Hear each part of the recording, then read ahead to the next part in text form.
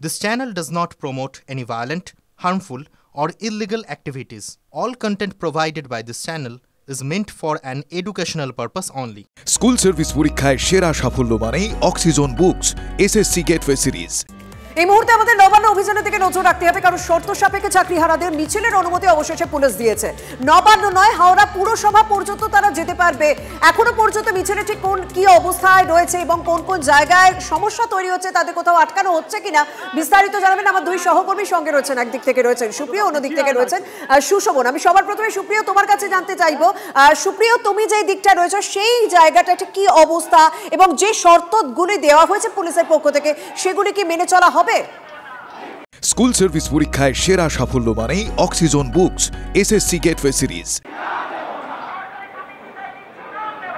দেখো, হাওড়া ময়দান মেট্রো সংলগ্ন শরৎ সদনের সামনে থেকে আজকে শিক্ষাকর্মীদের, যোগ্য শিক্ষাকর্মীদের যে নবান্ন অভিযান কর্মসূচি তা শুরু হওয়ার পর ইতিমধ্যেই কিন্তু পুলিশ যতদূর পর্যন্ত তাদের যাওয়ার অনুমতি দিয়েছিল, অর্থাৎ হাওড়া পুরসভা পর্যন্ত, ঠিক সেই জায়গাতে বঙ্কিম সেতুতে ওঠার মুখে এসে পৌঁছে গেছে। এবং এখানে তুমি জমায়েত দেখতে পাচ্ছ চাকরিহারা যে সমস্ত আন্দোলনকারীরা রয়েছেন, গ্রুপ সি, গ্রুপ ডি অধিকার মঞ্চের যারা আন্দোলনকারীরা, তারা এখানেই কিন্তু দাঁড়িয়ে স্লোগান শাউটিং করছেন, তাদের যে দাবি রয়েছে সেই দাবি তুলে ধরার চেষ্টা করছেন।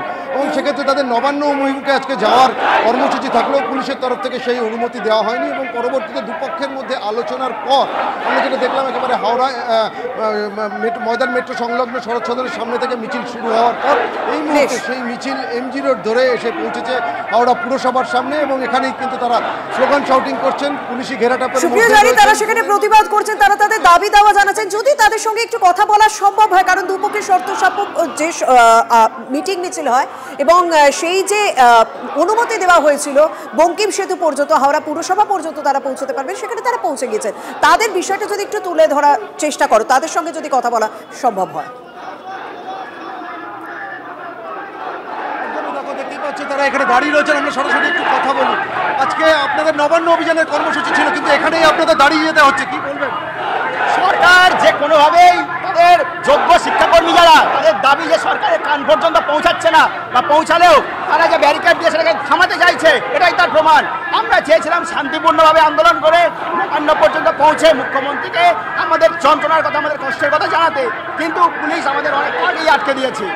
সেক্ষেত্রে এখন আপনারা কি করবেন?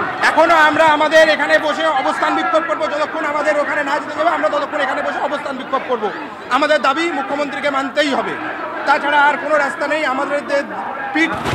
আমাদের প্রথম এবং শেষ দাবি আমাদের চাকরিতে পুনর্বল।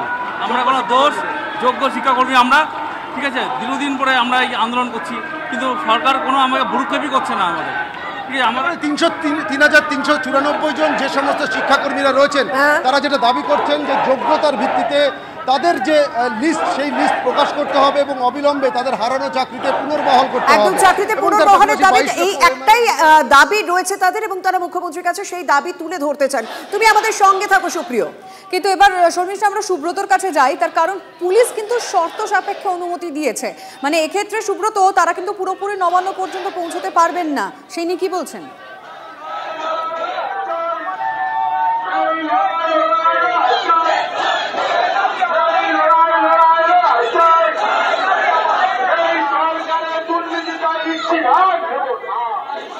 না, সুব্রতর সঙ্গে কথা বলার চেষ্টা করব আমরা। এই মুহূর্তে মিছিল কিন্তু শুরু হয়ে গিয়েছে। সুব্রত, শোনা যাচ্ছে? সুব্রত, সেক্ষেত্রে তো নবান্ন পর্যন্ত তো পুলিশ অনুমতি দেয়নি, পুরসভা পর্যন্ত অনুমতি দিয়েছে, তারা কি করবেন এবার?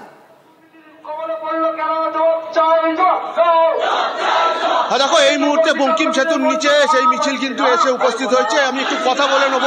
দিদি, এই যে আপনাদের মিছিল এত দূর পর্যন্ত অনুমতি দেওয়া ছিল, এরপর আপনাদের পরবর্তী পদক্ষেপ? আমাদের যে দাবিটা আছে আমরা যাতে পৌঁছে দিতে পারি, তার জন্য আমাদের যে সার্টিফাইড লিস্টটা সেটা যাতে আমরা পাই, তার জন্য আমাদের এই দাবিটা।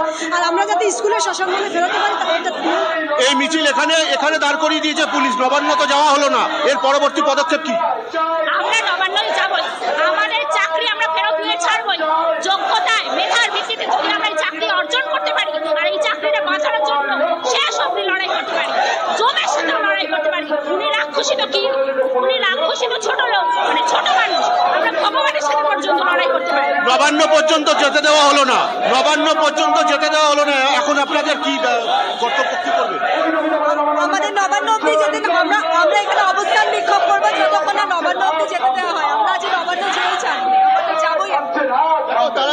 যাচ্ছে স্পষ্টত যে নবান্ন অবধি তারা আজ যেতে পারলেন না, কিন্তু তাদের যে চাকরি সেই চাকরি তারা আদায় করে ছাড়বেন এবং সেই জন্যই তারা যে মিছিল এখানে হাওড়া ময়দান থেকে যে মিছিল আমাদের বঙ্কিম সেতুর নিচে।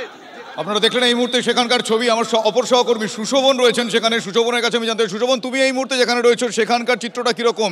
এই শর্ত সাপেক্ষে এই অনুমতির পর তাদের কি রিয়াকশন, তারা কি ভাবছেন?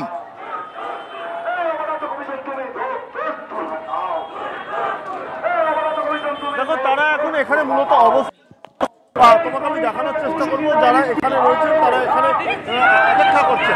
আপনাদের তো এখানে আটকে দেওয়া হলো, পুলিশ ব্যারিকেড রয়েছে, এরপর কি করবেন?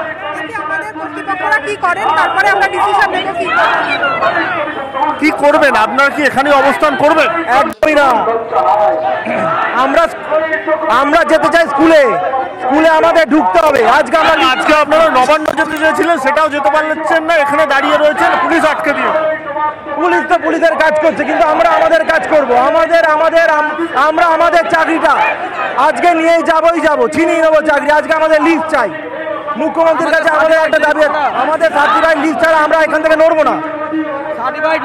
পরবর্তী কর্মসূচি কি? এখানে কি অপেক্ষা করবেন? হ্যাঁ, আমরা এখানে যদি পুলিশ আটকে দেয় তাহলে আমরা এখানে থাকবো, কিন্তু আমাদের মুখ্যমন্ত্রীকে আমাদের সঙ্গে দেখা করতেই হবে। দরকার পড়লে আমাদের প্রতিনিধি যাবে, সে দেখা করবে, কিন্তু আমাদের মূল এবং বেশ তারা বলছেন তাদেরকে আটকে দিলে তারা সেখানে অবস্থান করবেন, কিন্তু তাদের কয়েকজন প্রতিনিধিকে অ্যালাউ করতে হবে যাতে তারা মুখ্যমন্ত্রীর সঙ্গে কথা বলতে পারেন। আপাতত তোমায় ধন্যবাদ সুশোভন। আর ইতিমধ্যে নতুন নিয়োগের যে বিজ্ঞপ্তি, সেই নতুন নিয়োগের বিজ্ঞপ্তি এবার চ্যালেঞ্জের মুখে, আদালতের চ্যালেঞ্জের মুখে।